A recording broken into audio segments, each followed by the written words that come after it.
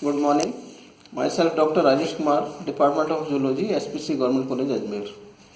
Dear students, previous lecture में हमने elementary idea about main enzymes of DNA replication in which polymerases and topoisomerases के विषय में चर्चा की थी. इसी के साथ single strand binding proteins, replication fork, leading and lagging strands, RNA primase and Okazaki fragments के विषय में जानकारी प्राप्त की थी. आज हम इसी टॉपिक के कनेक्शन में elementary idea about DNA repair के विषय में चर्चा करेंगे. डीएनए रिपेयरिंग अर्थात डीएनए की मरम्मत का कार्य prokaryotes for example blue green algae, PPLO, bacteria, virus आदि, और eukaryotes different types of animal and plant cell except blue green algae, all types of algae, bryophyta, pteridophyta, इन सभी में अलग अलग प्रकार का होता है. अर्थात डीएनए की मरम्मत का कार्य प्रोकैरियोटिक एंड यूकैरियोट में अलग अलग प्रकार से होता है. पहले हम प्रोकैरियोट में डीएनए रिपेयर के संबंध विषय में चर्चा करेंगे. Repairing in prokaryotes ultraviolet rays के कारण होने वाली क्षति या डैमेज की मरम्मत के लिए 3 प्रकार के सिस्टम पाए जाते हैं. प्रोकैरियोटिक सेल्स में अल्ट्रावायलेट रेडिएशंस के कारण अर्थात पराबैंगनी विकिरणों के कारण होने वाली जो डैमेज है, क्षति है, उसकी मरम्मत के लिए 3 प्रकार के सिस्टम पाए जाते हैं, जैसा कि चित्र में दिखाया गया है. Photo reactivation system, excision repair system and strand transfer repairing system. पहला सिस्टम लेते हैं हम, फोटो रिएक्टिवेशन सिस्टम.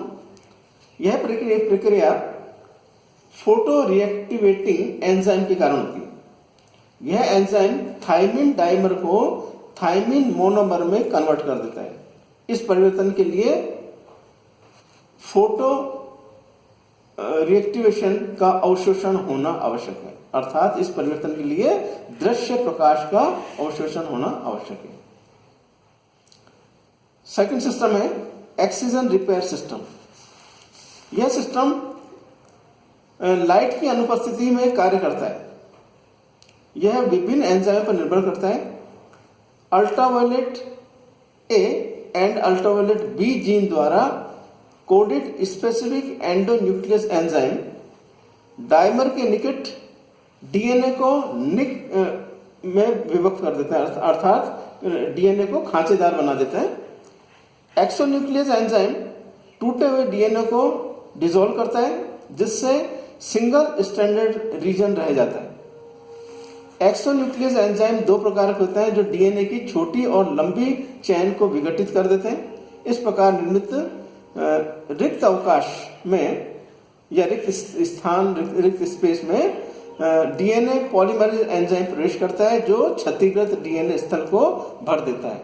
अंत में ligase enzyme newly formed DNA तथा ओल्ड डीएनए को आपस में जोड़ देते हैं. इस घटना को निक ट्रांसलेशन के नाम से जाना जाता है. एक्सीजन रिपेयर सिस्टम मुख्यतः 3 प्रकार का होता है. प्रत्येक प्रकार में अलग अलग प्रोटीन की आवश्यकता होती है. एक्सीजन रिपेयर सिस्टम 3 प्रकार का है. Mismatch repair, base excision repair and nucleotide excision repair. Now third type of system known as strand transfer repair system. क्षतिग्रस्त स्थल के विपरीत दिशा में 10⁻³ बेस युक्त रिक्त अवकाश निर्मित हो जाते हैं. इस रिक्त अवकाश को पहले रेप्लिकेट हुए नॉर्मल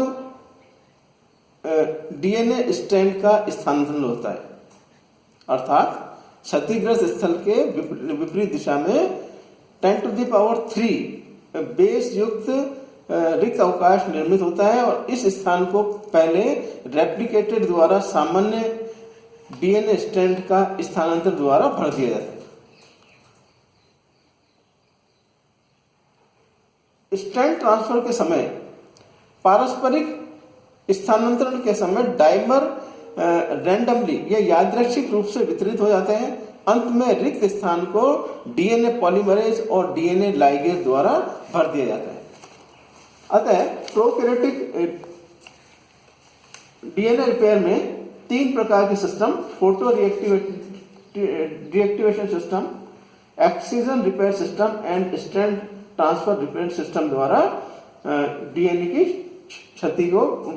क्षति की पूर्ति या मरम्मत की जाती है। और इसमें मुख्य रूप से 3 enzyme DNA ligase, DNA polymerase आदि भाग लेते हैं। Now DNA repairing in eukaryotes, all types of animal and plant cells except blue green algae, all types of algae, fungi, pteridophyta, bryophyta, इन सभी में डीएनए रिपेयर को देखा गया है। जिन मनुष्यों में जीरोडर्मा पिगमेंटोसस डिजीज होती है, अर्थात जीरोडर्मा पिगमेंटोसस जिसको एल्बिनो वाइट भी कहते हैं, है ना, उनमें फोटो रिएक्टिवेशन सिस्टम डिफेक्टिव होता है। यह डिजीज डीएनए रिपेयर के डिफरेंट आनुवंशिक अवरुद्धन के कारण होती है। एग्जाम्पल दिया हमने यूकैरियोट में मनुष्यों में पाए जाने वाला जीरोडर्मा पिगमेंटोसम डिजीज, जिसे हम एल्बिनो वाइट के नाम से भी जानते हैं, और इसमें फोटो रिएक्टिवेशन सिस्टम डिफेक्टिव हो जाता है और यह डिजीज डीएनए रिपेयर के डिफरेंट जेनेटिक बैरियर्स के कारण होता है। साइंटिस्ट रिकॉल एंड हर्ट के अनुसार रेडिएशन के पश्चात होने वाला अनियंत्रित डीएनए सिंथेसिस की रेट प्राणी की जीवन अवधि के समानुपाती होती है। अर्थात साइंटिस्ट रिकॉल एंड हार्ट ने बताया कि रेडिएशन या विकिरणन के पश्चात होने वाला जो अनियंत्रित डीएनए संश्लेषण है उसकी रेट प्राणी के जीवन अवधि के समानुपाती होती है। इस प्रकार की रिपेयरिंग का प्राणी की जीर्णता के नियंत्रण पर नियामक प्रभाव होता है। व्हाट इज जीर्णता? जीर्णता नोन एज एजिंग, है ना, उम्र का बढ़ना, बचपन से यौवन अवस्था, देन वृद्ध अवस्था, इस प्रकार। तो इस प्रकार की रिपेयरिंग का प्राणी के एजिंग के नियंत्रण पर नियामक प्रभाव होता है। तो किस कारण हुआ ये? अनियंत्रित डीएनए संश्लेषण की दर के कारण।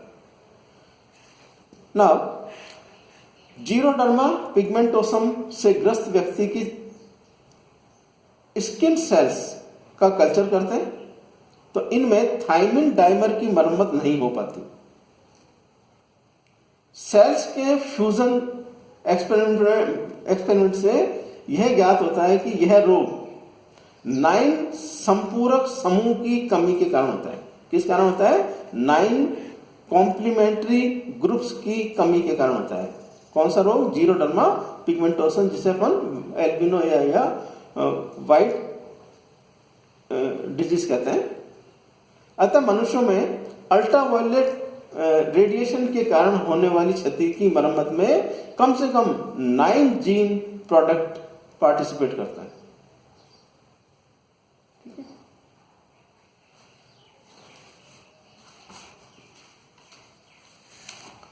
नेक्स्ट लेक्चर में हम RNA structure, types, transcription, elementary idea about polymerase, capping, poly A tail, exon and introns के विषय में चर्चा करेंगे। धन्यवाद।